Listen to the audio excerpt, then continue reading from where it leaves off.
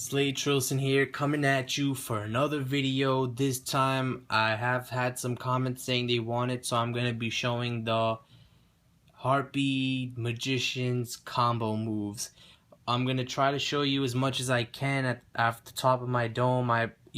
There's different situations all the time, so there's like so much in-depth things that can happen with this deck, but I'll try to show you the best that I can.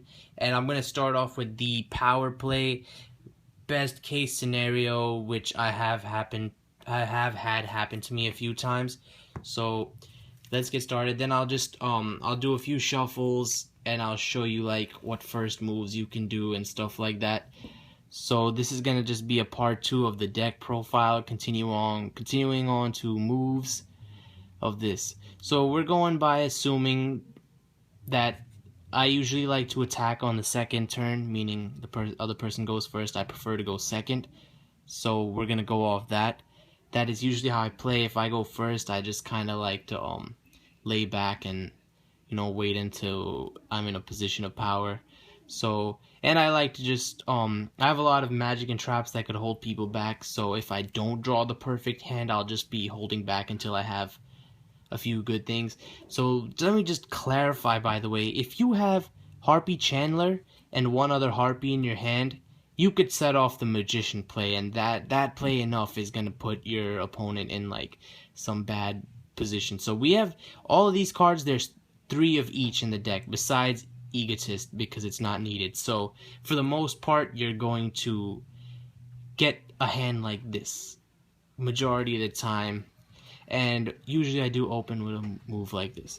So let's get started. This is, by the way, best case scenario. Then we're going to do worst case scenario. Well, I'm just going to do random shuffles and we'll go through the whole shebang. Alright.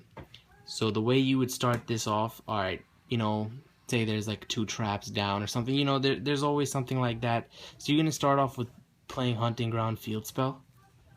And with Hunting Ground Field Spell down, it's always smart to tread carefully. Sometimes you just need to wait because your opponent might have a setup. So, you're going to play Harpie Dancer. Her effect is she could bounce herself back, and so you could normal summon another Harpie. So, you play her using this thing's effect. You pop one of their back row. You test the waters, see what's going on, see what they have. If they play this deck, they'll know. If they don't, they're in for a rude awakening. So, you play this, pop one of their back row, bring it back so that you could normal summon Chandler. Once you normal summon Chandler, I like to keep Dancer in my hand for this exact reason, just to test the waters on back row. Once you summon Chandler, you get to discard a Harpie to summon a Harpie. So this is gonna be the graveyard up here.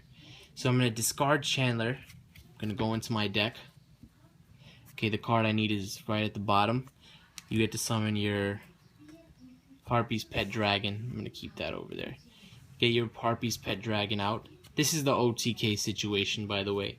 Alright, now what you're going to do is you're going to play Elegant Egotist, which when you control a Harpie, you get to summon a Harpie.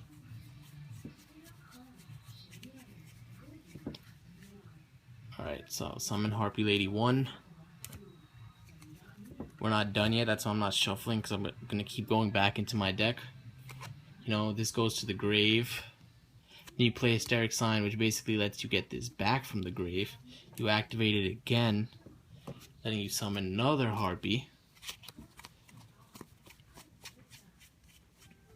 I usually just like to go with Harpie Lady 1. She's safe and she boosts Harpie's attacks. So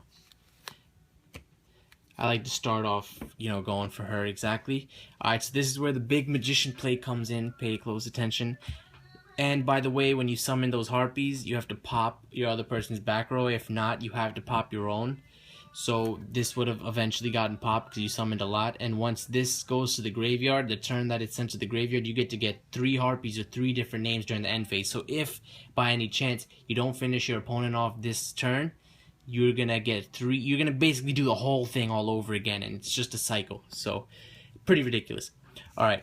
One card in my hand, got my Dancer. Alright, so I'm going to overlay Chandler and Harpie's Pet Dragon. Basically, Chandler acts as a level 7 when there's a level 7 dragon. This effect was made for Harpie's Pet Dragon, basically. So we're going to go into Ebon Illusion Magician. I overlay for Ebon. Ebon's effect is pretty clear. You detach 1. to summon a normal type spellcaster monster.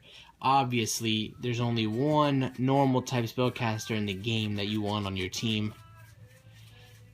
And where he at? Where he at?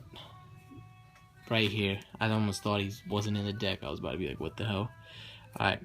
You go for your Dark Magician. If your opponent is wide open now, attack and get him over with. But if you want to play it safe, there's a few things you can do. Obviously, you will have your own extra deck and you will know the situation. But if there's another set card that you're worried about at this point, or he has a set monster or whatever, you can always just go into Chidori with your 2 Harpie ladies, and that will send the on summon, that'll send the set card to the bottom of their deck. And then you can detach, and one face-up card can go to the top of their deck, so you could really screw them up like that. But we're just going to assume they have 1 monster by now. You've summoned like 4 Harpies, so you've got to have gone through their back row by now, because no one really, you know, I don't even know if people play back row like that. Whenever I play people, they'll have like 1-2 cards max. Alright, so you know, considering that, like, they have 1 monster. When Dark Magician declares an attack, it is Ebon's effect that monster is banished basically before the battle even happens. So it's basically a direct attack, you know, unless any effects complicate things. You know, I'm just giving you the basics here. You attack, banish the monster. This goes through as a direct attack, direct attack, direct attack, direct attack. These 2 boost each other, equaling out to 3,200 and 5,000. That's game. That's best case scenario hand. And let me tell you, to get something like to get these 2 off, all you need is Chandler and 1 other Harpie. If you have a Hysteric Sign or an Elegant Egotist, that'll put you in a good position too. Because if you have a Harpie in your hand and you have Elegant Egotist, you would summon that Harpie, play Elegant Egotist, and get Chandler out, which could just set off this play. It just all depends. That's why you have so many Harpies, because they support each other very well. So that was like a OTK turn, and I get turns like this very often, so it's not uncommon. But you know, there's always some people who want to see the consistency of the deck, so I'm gonna shuffle it up and I'm gonna try to do the best that I can with the hands that are given to me. If I don't get good hands, I'll do it like 1, 2, maybe 3 times. If I don't get a good hand, then I'll just explain to you what I do in that situation, just so you want to get a feel of the deck. But obviously I'm not dueling anybody, so I would just give you the best of my knowledge. Okay.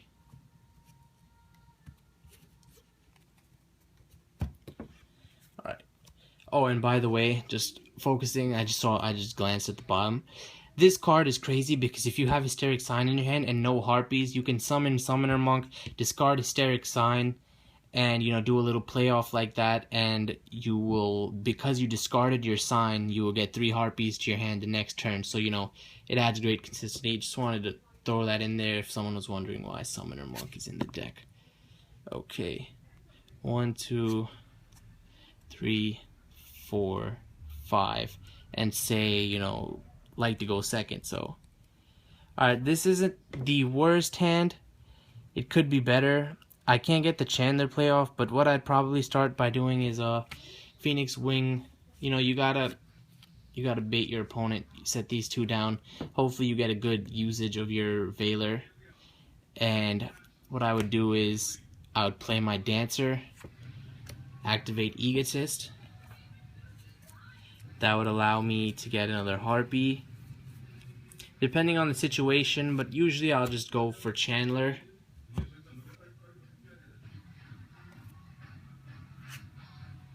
This is my hand. And now you have 2 you can overlay into something if, you know, the situation calls for it. Usually your best bet is Chidori. Summon Chidori. Your opponent's set card is sent to the bottom of their deck, and you can detach, send something to the top of their deck, and that usually leads to an open attack. So that's what I would do in that situation. Sorry, the camera's getting a little shaky. Alright, I wasn't able to get my main play off, but eventually you will. You kind of get the midst of this deck. Do a few more. Let's get this shuffle in.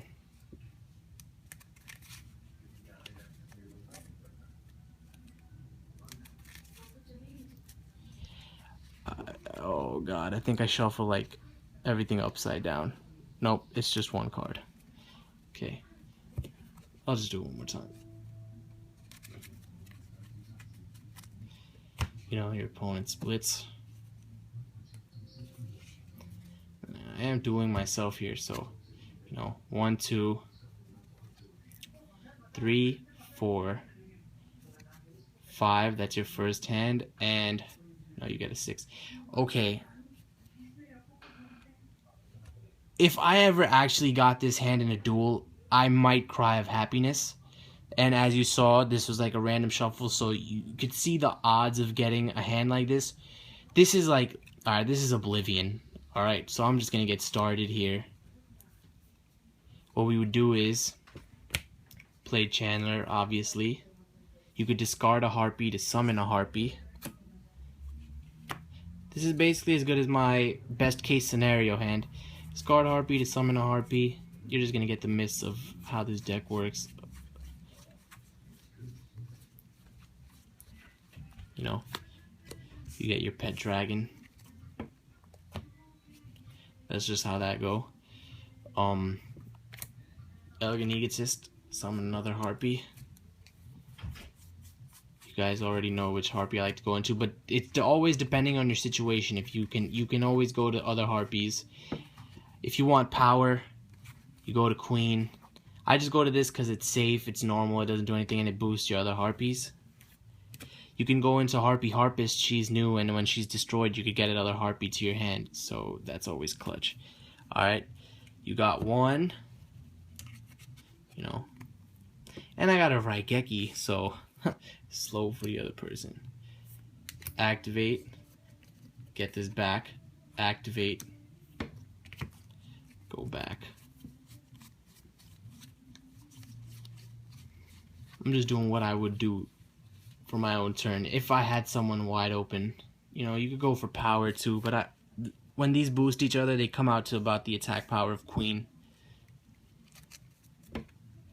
Okay, so we've got our setup here. You can't use Hysteric Sign twice, so otherwise it would have been crazy. I don't even think I would have had space. Alright, so as you know, you overlay Chandler and your pet dragon. Ebon.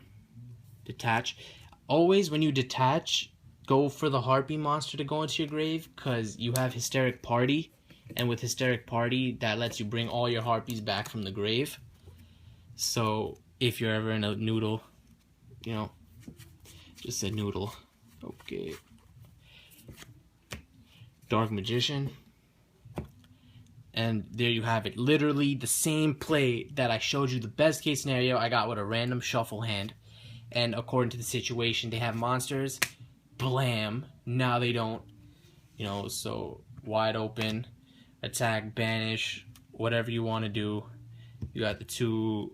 You got an overlay option. You got like all these options that you can go into depending on any situation. So, you know, that's just showing you some of the power. I'll do one more, but I think you guys kind of get the point of what to do with this deck. And I think once people see it, they're going to be like, wow, it's pretty crazy. It's crazy because just that one play where if you get a Chandler at another Harpie in your hand, you're going to be attacking your opponent for 5,000. And it happens a lot, so.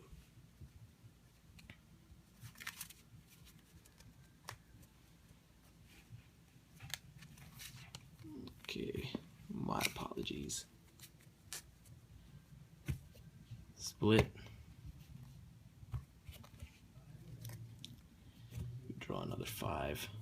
I'm actually hoping for something different just so I can show you. Alright, 1, 2, 3, 4, 5, and hopefully go in second. This is why I have 2 pet dragons in here, because when I accidentally draw this card, I'm not completely slumped. Because before, when I only had 1 and I drew it, I was like, ah, there goes my rank 7 play for the duel.